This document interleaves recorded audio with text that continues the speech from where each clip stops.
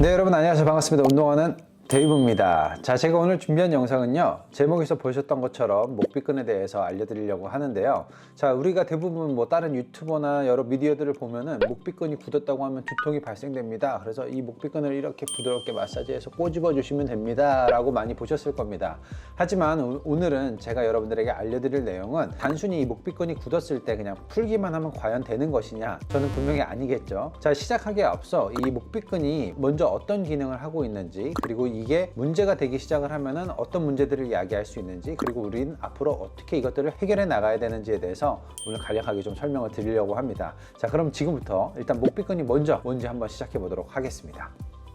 자, 여러분들 지금 여기 보시게 되면은 이렇게 양쪽에 목비끈이 있습니다. 자, 이 목비끈이 어떤 역할을 하는지 한번 우리 봐볼까요? 자, 목비끈 역할을 보시게 되면은 목을 앞쪽으로 이렇게 잡아당기는 역할을 하죠. 또 다른 역할을 한번 봐볼게요.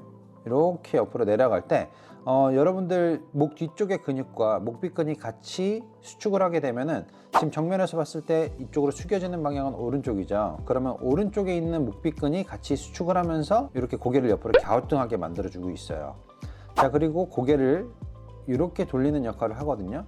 이렇게 돌리는 역할을 하게 되면은 지금 여기 보시게 되면은 왼쪽에 있었던 목비끈 있죠. 이렇게 이어져 있었겠죠. 이 왼쪽에 있는 목비끈이 수축을 해서 잡아당기게 되면 고개를 회전할 때 반대쪽으로 이제 오른쪽 방향으로 회전할 수 있게끔 도움을 줍니다.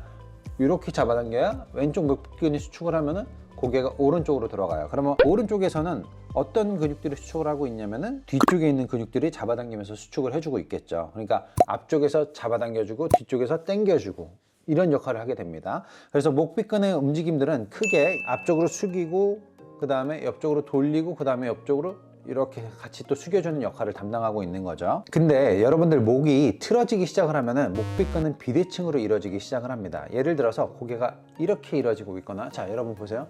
목비끈을 제가 이렇게 위로 들었을 때 양쪽이 이렇게 V자로 고르게 만들어지면은 목비끈은 잘 대칭을 이루고 있습니다. 하지만 이런 방향으로 틀어지거나 이런 방향으로 틀어지거나 이런 방향으로 틀어지면은 한쪽에선 당기고 있고 한쪽에선 과도하게 늘어나는 현상을 보이겠죠. 그럼 대부분 여러분들 목비끈이 커져 보이는 쪽은 목비끈이 많이 늘어나 있는 쪽입니다. 왜냐면은 이쪽으로 비대해지기 시작을 하면서 이쪽이 혈류순환이 제대로 잘 되지 않기 시작을 하고 이쪽 목비끈은 늘어나면서 부어 보이는 효과가 나타나게 되거든요. 그래서 잡아당기는 쪽은 부피가 잘 크지 않아요. 오히려 크게 보이는 쪽은 늘어나 보이게 됩니다. 그럼 이게 과연 왜 틀어져 있을까요? 자, 여러분들 이렇게 제가 머리가 있고 여러분들 몸통이 있어요. 그리고 여러분들 밑에는 골반이 있겠죠.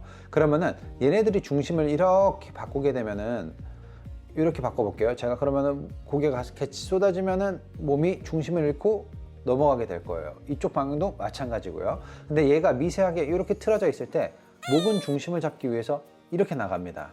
아니면은 아래쪽에서도 중심을 좀 더 많이 잡게 되면은 더 많이 틀어지게 되겠죠. 자, 예를 들어서 목이 여기 지금 그림을 보시게 되면은 이거를 하나의 이렇게 큐브로 봐볼게요, 여러분. 이렇게 큐브가 있고 그다음에 목까지 같이 연결되는 거예요. 그다음에 또 큐브가 있고 또 여기도 큐브가 있고 또 여기도 이렇게 큐브가 있습니다. 그러면은 이 큐브 선들은 같이 이렇게 하나의 중심선으로 이렇게 연결돼 있어야 돼요. 이렇게 중심이 잘 잡혀 있어야 됩니다. 그래야 주축들이 서로 이렇게 잘 얹혀져 있으면 중심을 잡기 쉽잖아요. 그럼 옆에 케이블들을 연결을 한다고 하면은 이 주춧돌의 중심선이 계속 중심을 잘 잡아주고 있고 케이블이 단단하게 고정을 시켜주고 있는 건데, 만약에 이 주춧돌을 이렇게 이동을 시킨다고 하면은 보세요. 이 큐브가 하나씩 옆으로 이동한다고 한번 가정해 봅시다. 이렇게 이동을 했어요. 그러면 중심을 잡기 위해서 얘가 오른쪽으로 이동을 하거나 아니면 얘가 왼쪽으로 더 이동을 하거나 서로 계속 주춧돌의 중심선은 서로 바깥쪽 방향으로 서로 반대쪽 방향으로 중심을 잡기 위해서 이동을 해야 되겠죠. 그죠? 골반이 더 바깥으로 이동을 하고 머리가 더 바깥으로 이동을 해서 이 서로 이동하는 형태에 대한 보상작용은 특정한 패턴을 보이고는 있지만 사람이 어떻게 중심 자세를 잡느냐에 따라서 크게 나오는 네 개의 주춧돌은 어느 방향으로든 움직일 수가 있습니다. 왜냐면 본인이 자세를 잡기 편한 방향으로 움직이기 시작을 할 테니까요. 그렇기 때문에 지금 현재 이 목에 대한 중심선은 이쪽으로 가건 이쪽으로 가건 중심을 잡는 데 있어서는 이 밑에서 어떤 방향으로 중심 패턴을 잡느냐에 따라서 목의 위치가 결정되기 시작을 하는 거죠.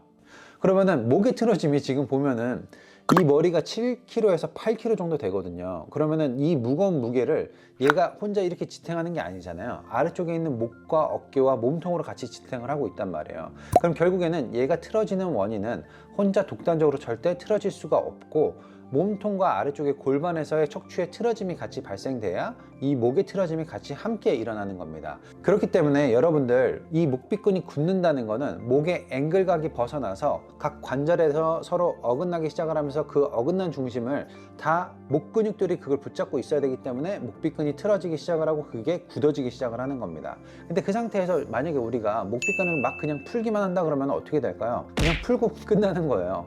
그냥 근본적인 원인에 대한 해결이 이루어지지 않는 거죠. 그렇기 때문에 이 목비근은 단순하게 혼자서 굳어져 있는 게 아니기 때문에 몸을 전체를 같이 바라봐야 여러분들이 목비근이 더 이상 자주 굳지 않은 형태로 몸을 만들어 줄 수가 있는 거예요. 그러면은 이게 만약에 비대칭이 이렇게 일어나게 되면 우리 몸에서는 어떤 현상들이 일어나게 되냐면요, 자, 대표적인 예를 들어 볼게요. 자, 혈류순환이 심장에서부터 쿵쾅 이러지면은 그게 목 위쪽으로 혈류를 계속 보내줘야 됩니다. 근데 그 이 작은 근육과 이 관절들 사이사이에는 혈관이 무수하게 이제 많이 지나가게 되는데, 얘네들이 서로 이렇게 어긋나게 되면, 자, 이게 혈관이라고 해볼게요. 그럼 얘를 이렇게 압박하게 될 겁니다. 그죠? 압박하게 되면 혈관이 눌리기 시작을 하면서 뇌로 혈류순환이 잘 안 돼요. 그리고 목비근이 굳어지게 되면은 여러분들 후두하근과 축두근과 그 다음에 머리 위쪽에 있는 모든 근육과 근막들이 딱딱하게 굳어지게 되면서 머리를 꽉 이렇게 조이는 현상이 돼요. 이렇게 조여주게 되는 거죠. 그러면 두통을 같이 유발하게 될 거고요.